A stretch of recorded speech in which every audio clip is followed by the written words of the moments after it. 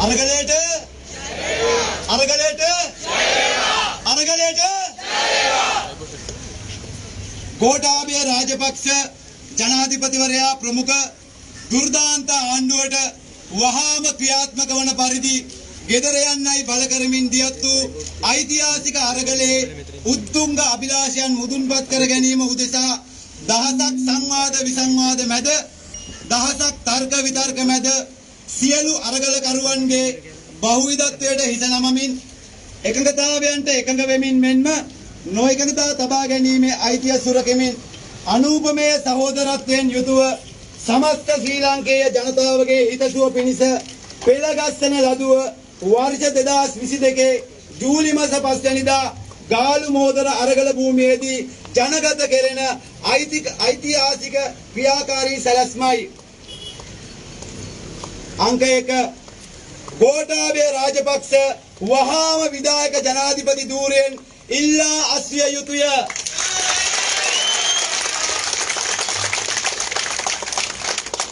අංක 2 රනිල් වික්‍රමසිංහ රාජපක්ෂ රෙජිමේ ඇතුළු ආණ්ඩුව වහාම ඉල්ලා අස්විය යුතුය.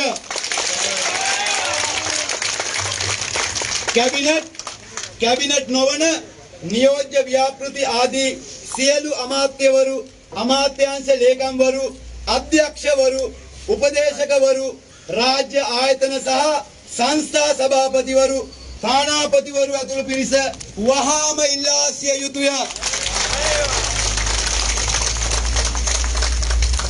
අංක 3 ගෝඨා රනිල් ආණ්ඩුව ඉවත් වීමෙන් පසුව ජනතා අරගලයේ ආර්ථික සමාජීය දේශපාලන අරමුණු සහ අභිප්‍රායන්ට අනුකූල අන්තර්කාලීන පාලනයක් බිහිවිය යුතුය. ජනතා අරගලයේ නියෝජිතයන්ට එම අන්තර්කාලීන පාලනයට නෛතික බැඳීමක් කරා බලපෑම් සහගත මැදිහත් වීමක් කළ හැකි මහජන කවුන්සිලයක් ස්ථාපිත කළ යුතුය. තුනේ 1 ආර්ථික අර්බුදයෙන් පීඩාවටපත් ජනතාව ඉන් මුදවා ගැනීමට කෙටිකාලීන හදිසි සහන වැඩපිළිවෙලක් සකස් කළ යුතුය. ආහාර, ඉන්ධන, ගෑස් ආදී අත්‍යවශ්‍ය ද්‍රව්‍ය, අධ්‍යාපන පහසුකම්, සෞඛ්‍ය පහසුකම්, පොදු ප්‍රවාහනය හා බලශක්තිය ආදී පහසුකම් ලබා දීමට වැඩපිළිවෙලක් සකස් කිරීම.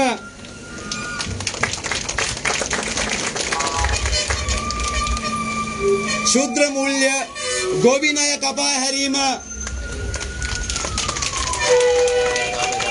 ලීසින් හා සුළු ව්‍යාපාරික ණය කපා හැරීම හෝ ගෙවීම සඳහා සහන වැඩපිළිවෙලක් සකස් කිරීම. 3.2 දැනට අත්අඩංගුවේ පසුවන සාමකාමී අරගලකරුවන් ඇතුළු සියලු දේශපාලන සිරකරුවන් නිදහස් කිරීම හා දේශපාලන පරිගැනීම් වලට ලක් වූවන්ට යුක්තිය ඉදිකර ගැනීමට ක්‍රමවේදයක් සකස් කිරීම. 3 ඝාතන සහ අතුරුදන් කිරීම් වලට අදාළ සියලු වින්දිතයන්ට සාධාරණයක් ඉටු කළ හැකි ක්‍රමවේදයක් සකස් කිරීම. 4 විමර්ශනයක් සහිත විගණනයක් තුලින් රෙජිමය විසින් හොරා කන ලද මුදල් හා දේපල නැවත රජයට පවරා ගැනීම සහ දඬුවම් කිරීම.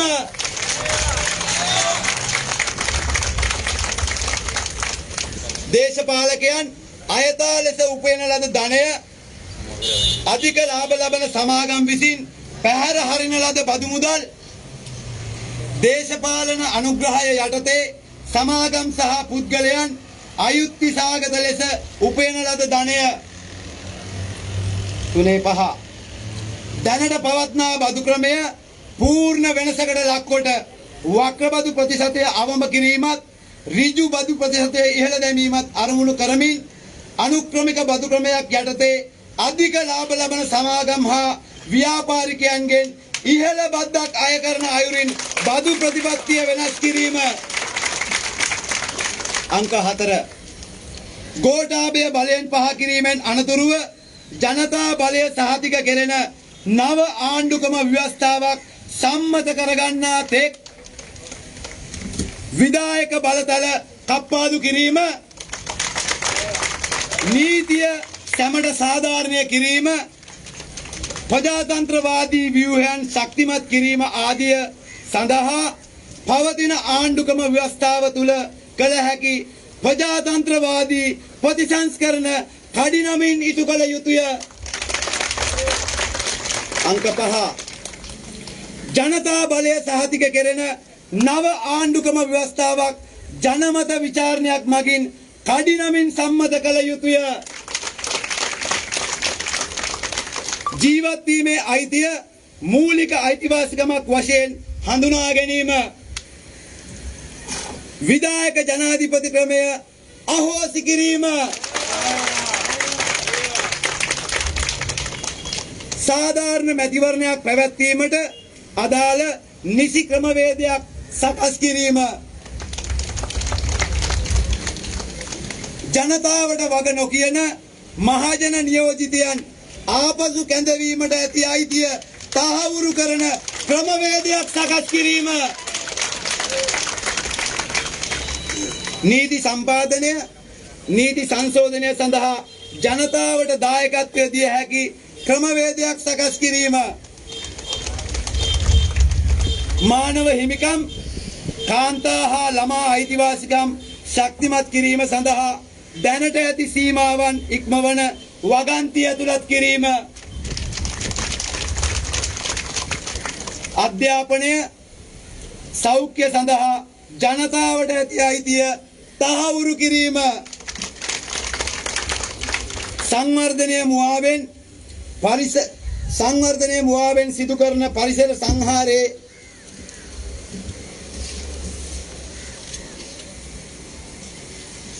වගකිව යුත්තන්ට එරෙහිව නීතිමය පියවර ගැනීම හා පරිසරය සම්බන්ධයෙන් තීරණ ගැනීමේදී විද්‍යාත්මක ක්‍රමවේදයක් අනුගමනය කිරීම අනිවාර්ය කිරීම, ජාතිවාදය, ජාතික පීඩනය මුළුමනින්ම අහෝසි කර සමානාත්මතාවය තහවුරු කිරීමටත් සෑම ජන කොටසකගේම ආගමික, භාෂා, ලිංගිකත්වය හා අනෙකුත් සංස්කෘතික අනන්‍යතා තහවුරු කිරීමටත් ප්‍රජාතන්ත්‍රවාදය හා දේශපාලන නිදහස තහවුරු කිරීමටත් අදාළ මූලික නීතිමය පදනම් ශක්තිමත් කිරීම, ජනතාවගෙන් නිශ්චිත ප්‍රතිශතයක් විසින් ඉල්ලා සිටින මොහොතක ජනමත විචාරණයක් කැඳවීමේ බලය සහතික කිරීම. අංක 6 අන්තර්කාලීන පාලනයේ මූලික අරමුණ ඉහත යෝජනා ක්‍රියාත්මක කිරීම වන අතර එලෙස ගොඩනැගෙන අන්තර්කාලීන පාලනය ව්‍යුහය මාස 12ක උපරිම කාල සීමාවකට යටත්ව නව ආණ්ඩුක්‍රම ව්‍යවස්ථාවක් සම්පාදනය කිරීම සමගින් අවසන් විය යුතුය. ඒ අනුව ඉහත 3-4 වගන්ති කඩිනම් අවශ්‍යතා ලෙස සලකා උපරිම මාස 6ක කාල සීමාවක් තුල ඉටු කළ යුතුය. තවද ඉහත 5 වන වගන්තිය උපරිම මාස 12ක කාල සීමාවකට යටත් කළ යුතුය. ඉහත සඳහන් කරුණු සියල්ල ඉටු කරන තෙක් පොදු ජන අරගලය නව ආකෘතීන් යටතේ ක්‍රියාත්මක වනු ඇත.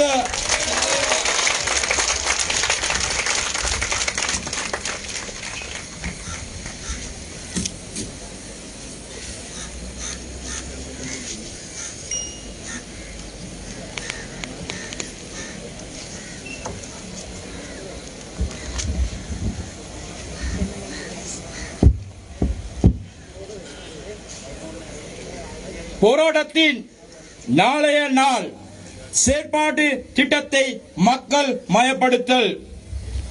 ஜனாதிபதி கோட்டாபய ராஜபக்ச அவர்களின் தலைமையிலான பயனற்ற அரசாங்கம் உடனடியாக வீட்டுக்கு செல்ல வேண்டும். இன்று ஆரம்பிக்கப்பட்ட வரலாற்று முக்கியத்துவம்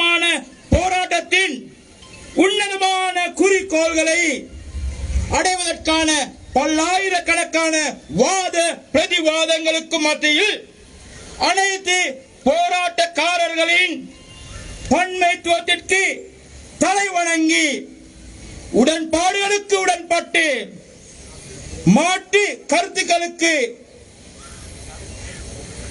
தலைவணங்கி இணைப்பிரியா சகோதரத்துவத்துடன் ஒட்டுமொத்த இலங்கை வாழ் மக்களின் நல்வாழ்வுக்காகவும் தயாரிக்கப்படும் ஆவணம்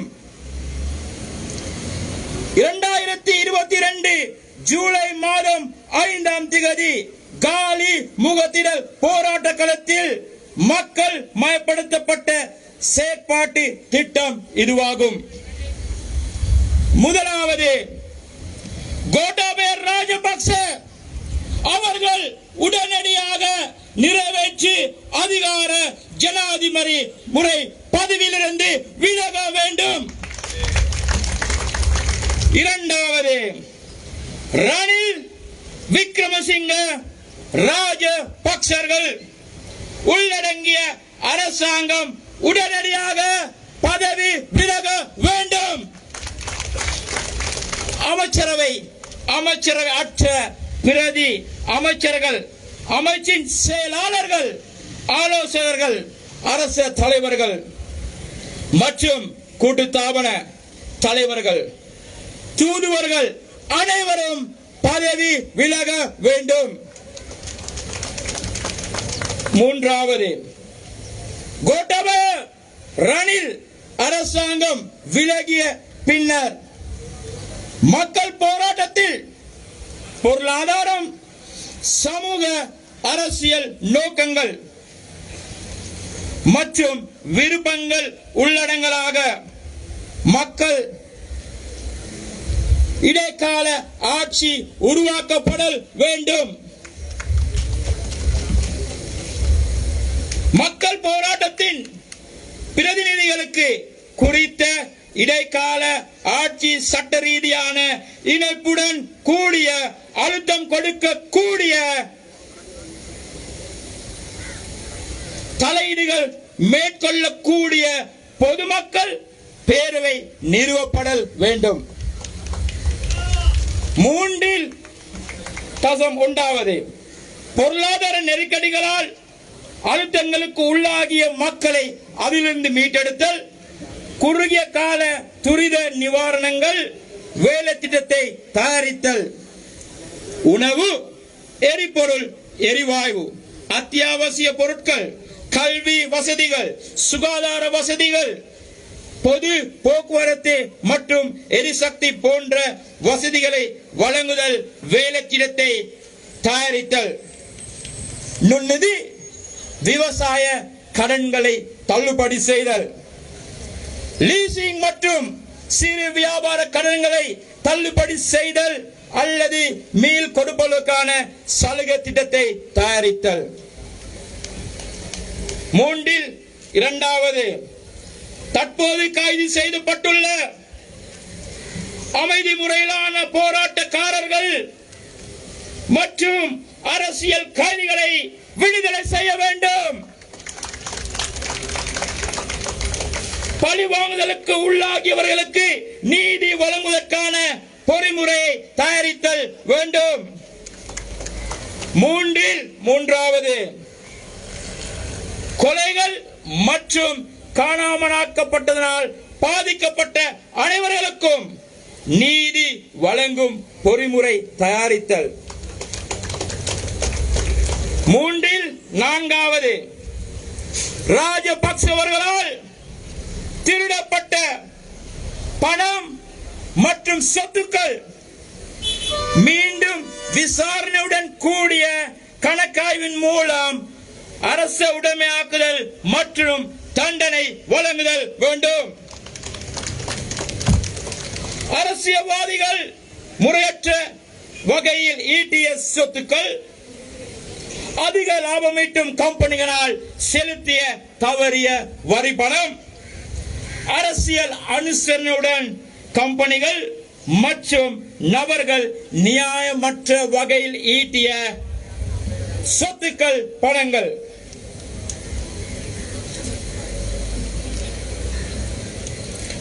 மூன்றில் ஐந்தாவது, தற்போது நிலவுகின்ற அரச வரிமுறை முழுமையாக மாற்றி அமைத்து மறைமுக வரி வீதத்தை குறைத்தல், நேரடி வரி வீதத்தை அதிகரித்தலையும் நோக்கமாக கொண்டு முறையற்ற வரி முறையில் கீழ் அதிக லாபமீட்டும் கம்பெனிகள் மற்றும் வர்த்தகர்களிடமிருந்து அதிக வரியை அறவிடக்கூடிய வகையிலான வரி கொள்கையை தயாரித்தல்.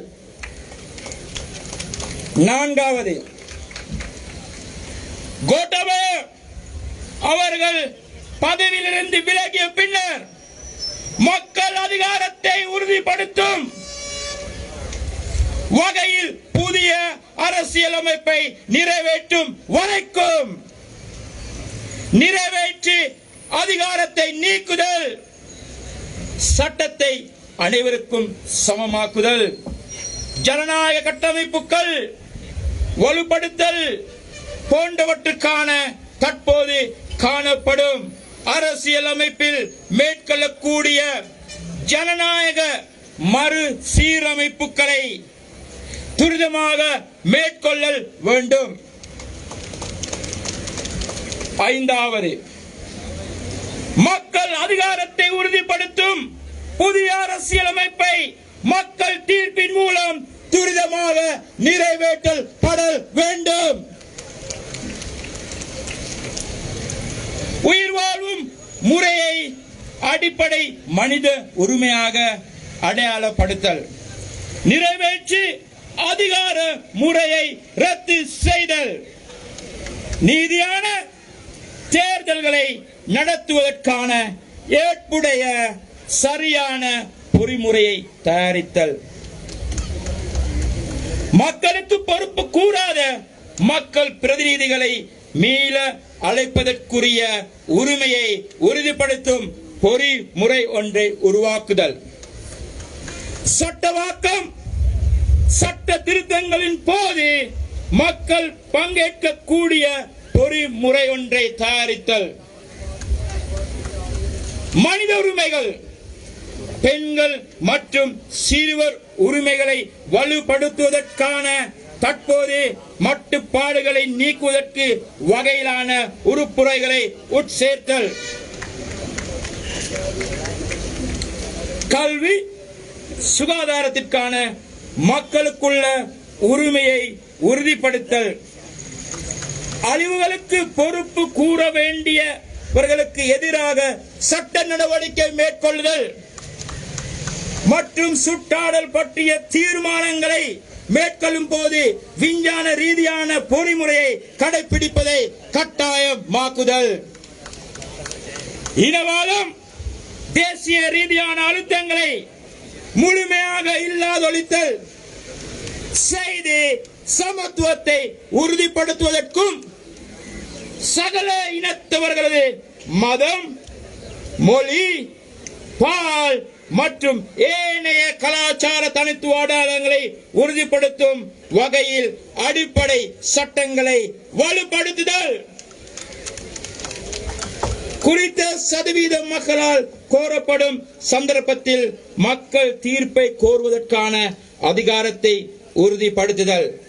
ஆறாவது, இடைக்கால ஆட்சி அடிப்படை நோக்கங்களாக மேற்படி முன்மொழிவுகள் நடைமுறைப்படுத்தப்படுவதுடன் அவ்வாறு உருவாக்கப்படும் இடைக்கால ஆட்சி கட்டமைப்பு 12 மாத உயர்ந்த பட்ச காலப்பகுதியில் புதிய அரசியலமைப்பை நிறைவேற்றுவதன் மூலம் நிறைவு செய்யப்படல் வேண்டும். அதற்கமைய மேற்படி உறுப்பு தசம் 3 தசம் 4 உறுப்புகளை துரித தேவையாக கருதி உயர்ந்த பட்சம் 6 மாதங்களில் நிறைவேற்றப்படல் வேண்டும். மேற்படி 5ஆம் உறுப்புரை உயர்ந்தபட்சம் 12 மாதங்களில் நிறைவேற்றப்படல் வேண்டும். மேற்படி அனைத்து நிறைவேற்றப்படும் வரைக்கும் மக்கள் போராட்டம் புதிய பரிமாணத்தில் மேற்கொள்ளப்படும்.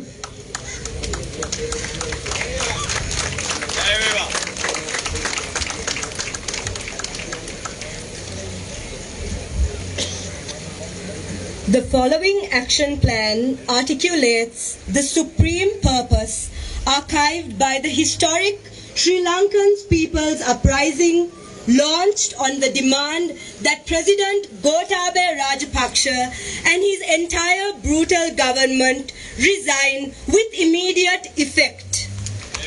Drafted with deep respect for the various views of the multitudes who have joined the people's protest, held together through consensus but allowing for the right to disagree, created through the strength of solidarity in the midst of multiple debates, arguments and conversations, drafted in the month of July in 2022, released to the public from the Galle Face protest site for the purpose of bringing relief and peace of mind to all the people of Sri Lanka. Number 1. Gotabaya Rajapaksa must and should resign from the post of Executive President with immediate effect. Number 2. Ranil Wickremesinghe and the government, including the Rajapaksa regime, must and should resign with immediate effect. This includes all cabinet, non-cabinet, deputy and project ministers, secretaries, directors and consultants to ministries, presidents of state institutions and corporations, and ambassadors. Number 3, subsequent to the resignation of the Gota Ranil government, an interim governance which subscribes to the economic, social and political aims and aspirations of the people's struggle, Janata Aragala, should be established. A People's Council which has legal standing, through which representatives of the Janata Aragala will be able to effectively engage and mediate with the interim governance, should be established. 3.1. Frame an urgent short-term course of action to provide relief to the people oppressed by the current economic crisis.